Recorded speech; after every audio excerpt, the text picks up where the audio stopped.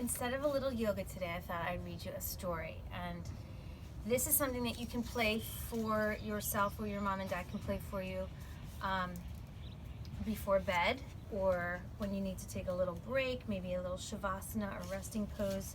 This is a really great story called My Magic Breath. Finding calm through mindful breathing. Written by Nick Ortner and Allison Taylor, pictures by Michelle Pelosi. I think I bought it on Amazon.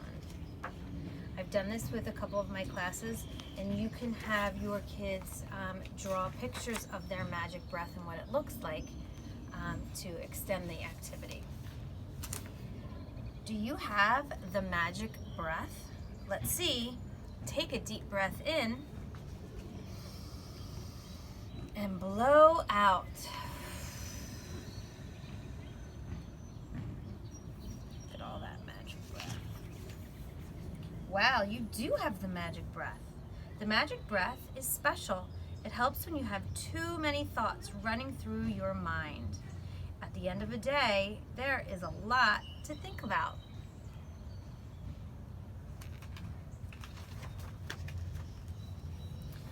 Sometimes when you're worried or nervous or sad, deep breaths can help push some of those thoughts away. Think about when you feel happy. Taking a big breath in and thinking about something that makes you feel great will help you to enjoy your happy moments even more. It's magic. Let's try it out. What happened today that made you smile? Take a deep breath in and picture that moment in your mind. Let's see. I got it. I'm thinking about it. Get ready. Let's blow out all those happy thoughts out onto the page. You ready? There you go. Now look at all that happiness.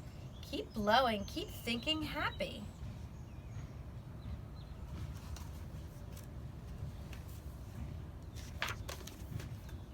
Woo!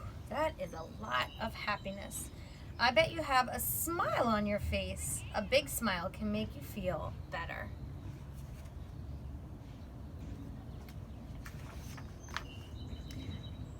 But sometimes things happen that make you feel sad or mad. Did something happen today that made you feel that way? I bet it's stuck in your mind. Let's try to use your magic breath again.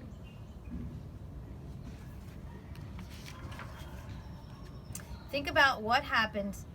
Now keep it in your mind. Close your eyes and take a deep breath in. Now blow out your breath here. There's all the sad and mad feelings. We're getting it out. One more time, take an even bigger breath. Remember that happy thought? Use it to push out your sad thought. Can you blow out that sad thought right off the page? Here comes the good stuff, blowing away the bad stuff. Good job. Keep trying. Make sure to blow all those sad thoughts out of sight. Look, they're almost gone. Just a few little specks left. You're doing great. Woo! You did it. Goodbye, sad thoughts. Do you feel better now? You used your magic breath to help you. Taking deep breaths in and out when you are sad or mad or worried or happy can help you feel better. Your magic breath can help you laugh and appreciate happy times. Magic breath can also help you feel calm when you are not so happy.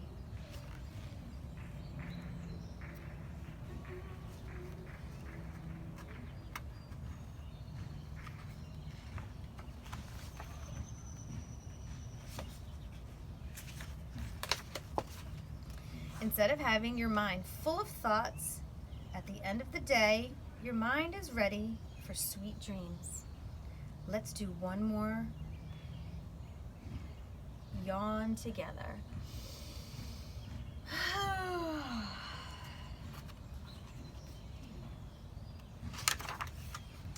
Time going to give your magic breath a rest. Sweet dreams until tomorrow. Very good. So that's our magic breath. Good work. And then I have one more called Super Me. And this is another fun extension activity you can do if you would like to or have time. So I have these cute little masks that we can wear after we read the book, but since we're not together and I can't give them out, maybe you can make your own. It's the shape of sunglasses, and you can trace it on paper and tie it with yarn or string, cut eye holes out, and then you can be your superhero. So this is called Super Me.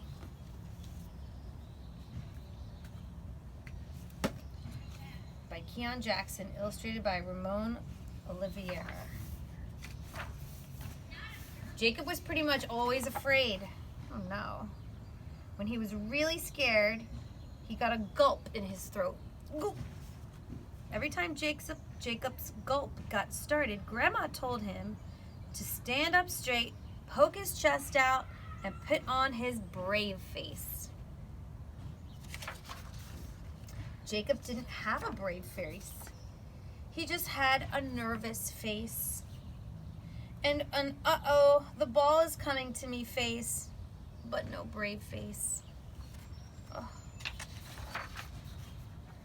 So Jacob decided to do something about it. Grandma, he said, I need crayons, construction paper, and 12 juice boxes. It's going to be a long night. Jacob got right to work and made his very own superhero mask. I'll wear it when I'm not feeling so super, he told Grandma. It'll bring my brave out. I love that. The next day, like every other day, Jacob was afraid to ride the school bus. It wasn't too big.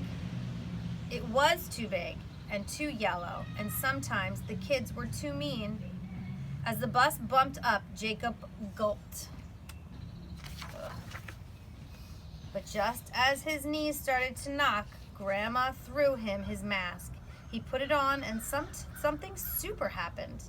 Jacob stood up straight and poked out his chest.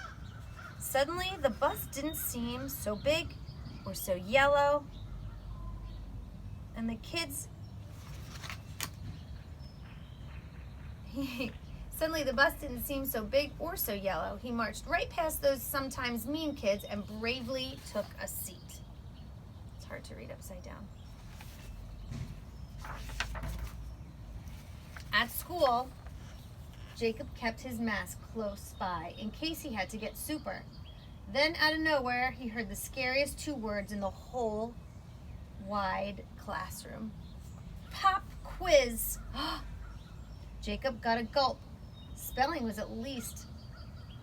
his least favorite subject. Paleozoic, integrative psychology. I can't even read.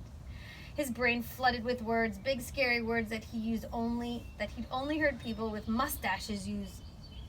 He only know how to spell those. He didn't know how to spell those words. Guess I don't know how to read them. Jacob took a deep breath, and grabbed his trusty mask. The superness seeped right in. He whipped out a pencil and spelled his way to an A+. A kid named Chester was super impressed.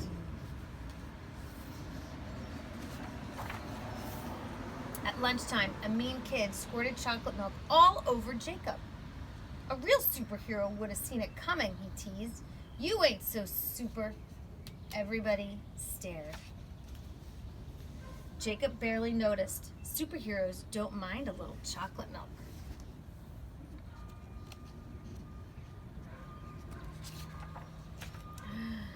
The lunch lady slapped Brussels sprouts on his plate. Jacob was always too afraid to try them. They were balls of yucky nastiness. The thought of eating them was scarier than the school bus, mean kids, and pop quizzes combined. Jacob got a gulp. He then remembered his mask.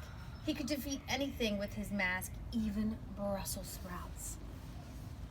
Suddenly, Mrs. Lachey stomped up and swiped Jacob's mask. "This is against school dress code," she snarled. "You may have it back after school." Biggest gulp ever. The super slid right out of him. He could never conquer Brussels sprouts without his mask. Oh, no way.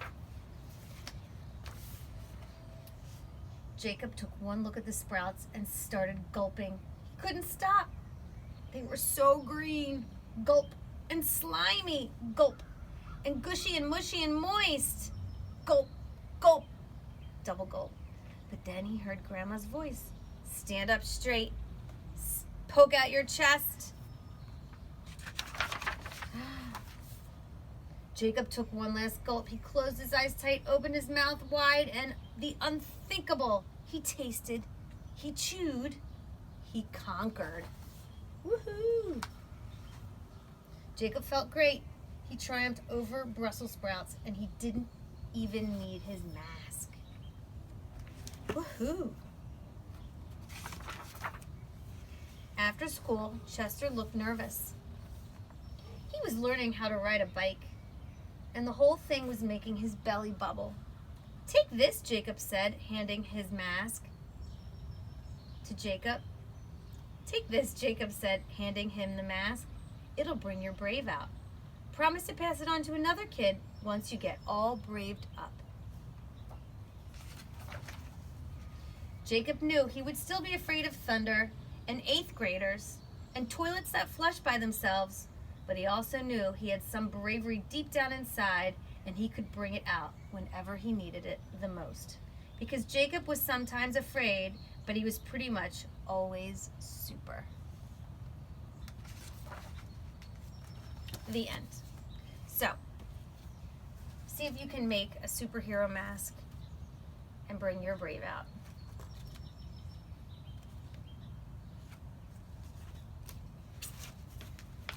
Take pictures and show me. I'd love to see. Have a great day, guys. Say bye, Junie. Junie. Juniper.